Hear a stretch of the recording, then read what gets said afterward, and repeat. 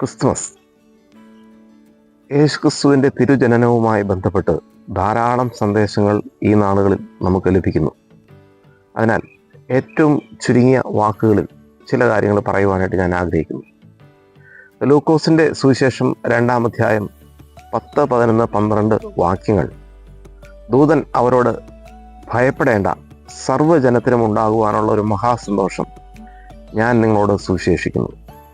കർത്താവായ ക്രിസ്തു എന്ന രക്ഷിതാവ് ഇന്ന് ദാവീദിൻ്റെ പട്ടണത്തിൽ നിങ്ങൾക്കായി ജനിച്ചിരിക്കുന്നു.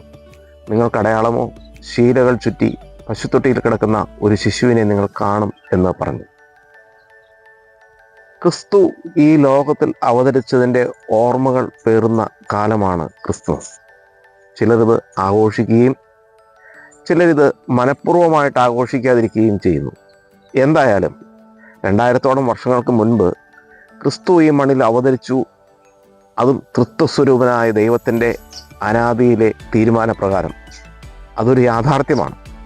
എല്ലാ മുന്നൊരുക്കങ്ങളോടും കൂടെയാണ് അവൻ ഈ ഭൂമിയിൽ അവതരിച്ചത്.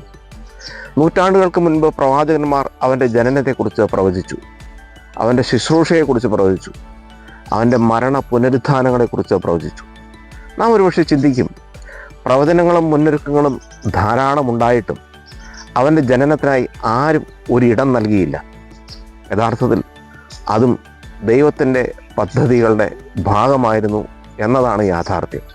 അരുളപ്പാടുകളിൽ ആശ്രയിക്കാൻ കഴിയാത്ത നിലയിൽ ആശങ്കാകുലരായി തീർന്ന ജനങ്ങൾ, പ്രതീക്ഷകൾ എല്ലാം അന്യമായി തീരുന്ന ഒരു വല്ലാത്ത കാലത്തിൻ്റെ മൂർധന്യത്തിൽ എളിയവരിൽ എളിയവനായി പിറക്കുവാൻ അവൻ തീരുമാനിച്ചു. പ്രപഞ്ച സൃഷ്ടാവിന് പുൽമത്തെയും പൂമത്തെയാണ് എന്ന് തിരിച്ചറിയുവാൻ ഈ ലോകത്തിൻ്റെ പ്രഭുക്കന്മാർക്കും രാജാക്കന്മാർക്കും കഴിഞ്ഞില്ല. അതവരുടെ ചിന്തകൾക്ക് അതീതമായിരുന്നു. അടിച്ചമർത്തപ്പെട്ട ജനം നിരാശയിൽ അടിപ്പെട്ടിരിക്കുമ്പോൾ, അടിച്ചമർത്തിയവർ ദന്തഗോപുരങ്ങളിൽ ഉല്ലസിക്കുമ്പോൾ, ഒന്നും പ്രതീക്ഷിക്കാനില്ലാതെ ഒരു വിഭാഗം അലസരായി മയങ്ങുമ്പോൾ, അധ്വാനിച്ചിട്ടും ഒന്നും നേടാൻ കഴിയാത്തവരുടെ പ്രതീകങ്ങളായി മരം കോച്ചുന്ന തണുപ്പിനെ അല്പമെങ്കിലും അതിജീവിക്കുവാൻ തീ കാഞ്ഞുകൊണ്ടിരുന്ന ഇടയന്മാർ, അവർ ആ സദ്വർത്തമാനം കേട്ടു. ഇന്ന് നിങ്ങൾക്കായി ഒരു ശിശു ജനിച്ചിരിക്കുന്നു. അവൻ ജനിച്ചത് രാജകൊട്ടാരത്തിലല്ല, പട്ടുമെത്തകൾ വിരിച്ച മണിമാളികയിലല്ല. അവനതിന് കഴിയുമായിരുന്നില്ല എന്നതാണ് യാഥാർത്ഥ്യം. അതാണ് വാസ്തവം. കീറ്റുശീലകളാൽ പൊതിയപ്പെട്ട് കാലിത്തൊഴുത്തിൽ പുൽത്തൊട്ടിയിലാണ് അവൻ ഈ ലോകത്തിന് മുൻപിൽ പ്രദർശിപ്പിക്കപ്പെട്ടത്. ബലഹീനരിൽ ബലഹീനനായി, താഴ്ന്നവരിൽ താഴ്ന്നവനായി, ഒരു ശിശുവായി. എത്ര പേർക്ക് അത് അംഗീകരിക്കുവാൻ കഴിയുമായിരുന്നു എന്നെനിക്കറിയില്ല. എന്നാൽ സങ്കല്പങ്ങൾക്കും കണക്കുകൂട്ടലുകൾക്കും അപ്പുറമായി അവൻ ഒരു പുൽക്കൂട്ടിൽ കിടത്തപ്പെട്ടു. പുറംപറമ്പിൽ എറിയപ്പെട്ടവരെ പോലെ ജീവിച്ച ഇടയന്മാർ അത് ചോദ്യം ചെയ്യാതെ വിശ്വസിച്ചു. ഒന്ന് ആലോചിച്ച് നോക്കൂ. നടപ്പ് രീതികളെ മാറ്റിമറിച്ചുകൊണ്ട് കൊട്ടാരത്തിൽ ജനിക്കേണ്ടവൻ കൊട്ടിയത്തിൽ ജനിച്ചു എന്നതിൽ അത്ഭുതവും ആശ്ചര്യവും മാത്രമല്ല, നമുക്കുള്ള ഒരു സന്ദേശം കൂടെ ഉണ്ടായിരുന്നു. അതാണ് യാഥാർത്ഥ്യം. അതിനുവേണ്ടിയാണ് അവൻ പുൽക്കൂട്ടിൽ പിറന്നത്.